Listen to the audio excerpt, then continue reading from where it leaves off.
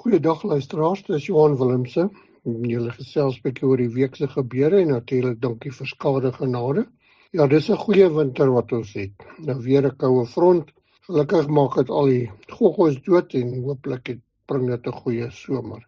Nou ja, intussen strompel die regering van nasionale eenheid of nasionale krisis, wil ons seker sê van een krisis na die ander, gedryf deur allerhande arrogansie en skelmstreke van die ANC. Maar die probleem is dit verhoog onsekerheid en dit verhoog risiko. En dit lei tot laer investering. Maar ten spyte hiervan bly dit vir 'n mens baie vreemd dat ons aandelebeurs het gestyg die nuwe jaar of die laaste jaar met bykans 20% gestyg. Nuwe hoogte rekordpunte. En 'n mens verstaan dit nie aldag nie. VS-aandele het ook gestyg ten spyte van meneer Trump se manewales, maar nie soveel soos by ons nie. Dan die back and closure drama duur voort. Daar gaan nou met inentings begin word en ander beheermaatreëls wat in plek is waarvoor al 4 jaar terug gevra is. Intussen voer ons enstowwe uit Botswana in omdat onderste poort nie meer opgewas is nie. En ek hoor ook fluisteringe dat hulle dalk hulle internasionale akkreditasie kan verloor. Ek dink dis nou die tyd dat die veebedryf baie groot moet druk toepas. Dat die vervaardiging van enstowwe geprivatiseer word aan die privaat sektor. Daar is geakkrediteerde ondernemings wat dit kan doen en wat hoog aangeskryf word en dat ons wegkom van die staatsaktiwiteite soos onderste poort. Nou biosekuriteit, groot kwessie. Dit gaan ons baie geld kos. En daar is nou ook hierdie week toestemming gegee aan Astral, die grootste hoenderprodusent.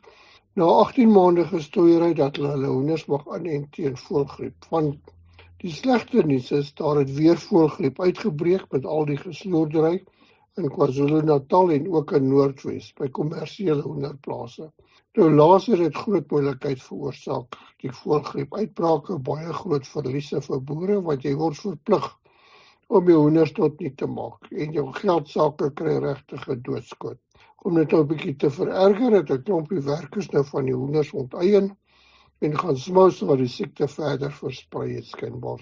Dan die mieliestroopproses vorder fliks, ons sojaoes is ook groter as verwag. Terwyl in Europa en die VSA is daar groot droogte, daar gebeur nie veel op die oomblik nie, want dis hulle somervakansie. Nou beide Europa en Amerika het rekordtemperature en het nou meer daaroor, wat regtig iets interessant is. Dan oliepryse, ons het so by $80 'n vat gaan draai met al die aanvalle. Dit het nou teruggesak na $67 'n vat. Maar ongelukkig het ons brandstofpryse gestyg hierdie week met 50 sent per liter, maar dit het daarom nou weer teruggesak.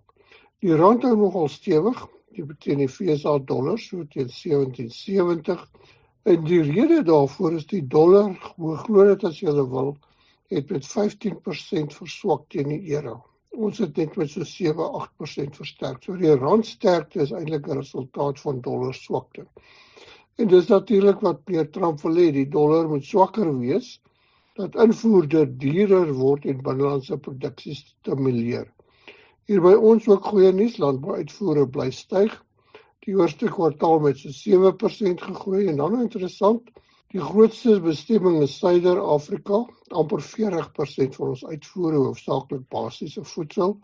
Dan die Europese Unie met so 25% hoofsaaklik vrugte, wyn, druiwe en sitrus, terwyl die BRICS-lande maar 'n klein aandeel het in ons uitvoer, minder as 10%.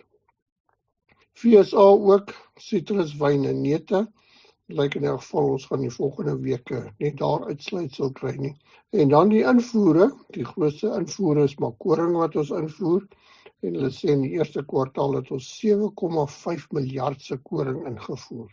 Nou dit is 'n vreeslike bedrag. Hoendervleis wat ingevoer word 1,5 miljard. En dan natuurlik ook ander produkte en veral drankprodukte skynbaar hoofsaaklik whisky van so oor die 3 miljard in die eerste kwartaal.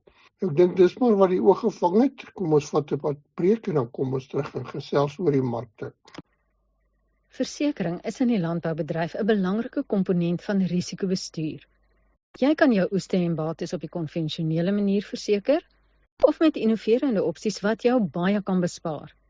Praat met ons, want Skadegenade kan jou met beide help.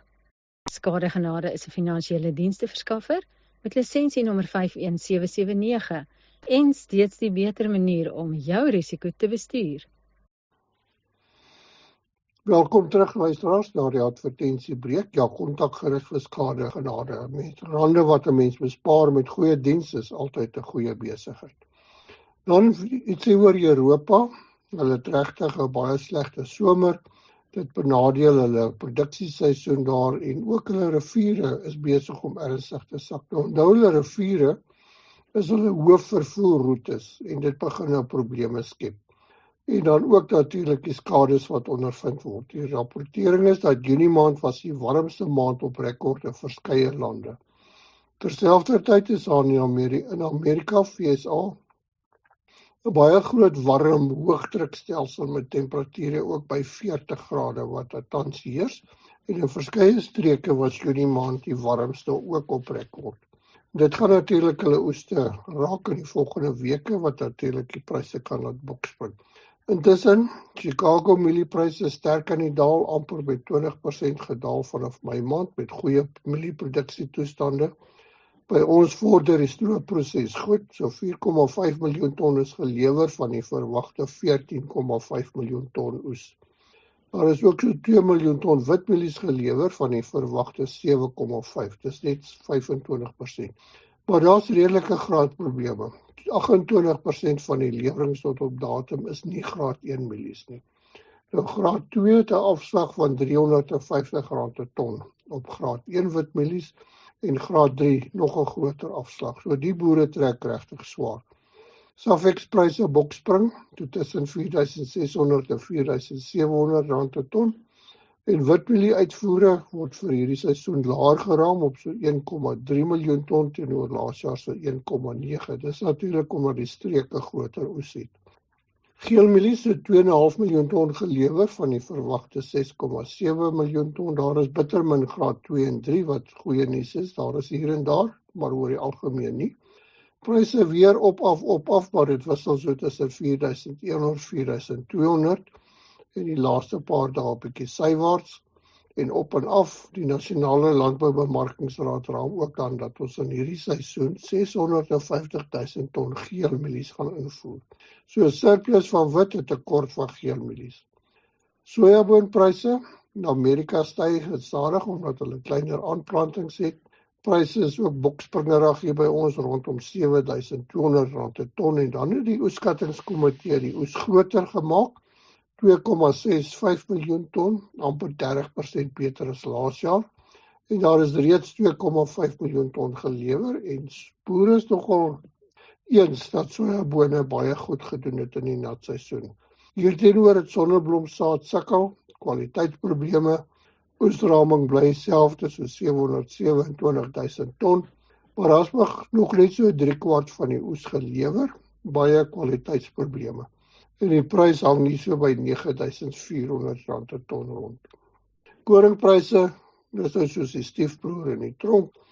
Hy gaan nêrens heen nie, 6.200 vir Desember en lyk vir die bemarkingsjaar wat Oktober, einde September eindig, gaan ons so 1,7 miljoen ton invoer.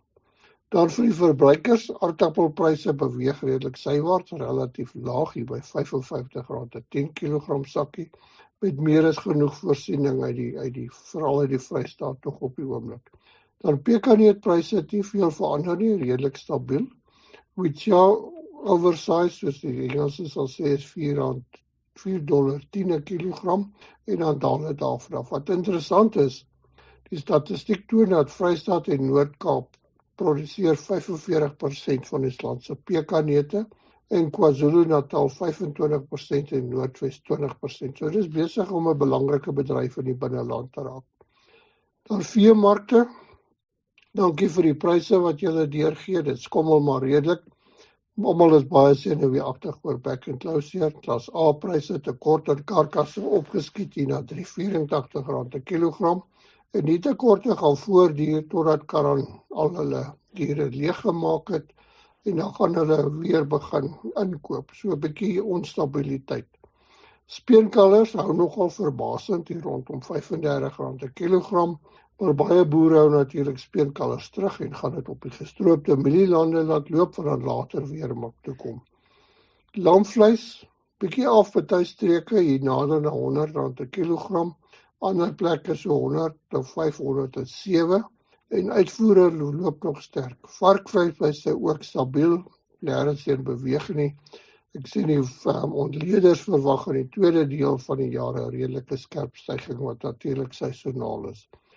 En dan die bevrore hoendervleis, stabiel R35 per kilogram, maar interessant, vars hoenderpryse het redelik skerp gestyg na R39 per kilogram. Die groot risiko die volgende weke en paar maande gaan natuurlik voëlgriep wees. Ja, as onthou so 2 jaar terug was daar tekort aan eiers. Eierpryse het opgeskiet nog vir die produsent hier oor die R30 per dosyn. So hier is redelik risiko's wat vir ons voorlê. Nou sterkte in die naweek met die koue front, hou julle self en julle diere warm. Groete van Johan Willemse.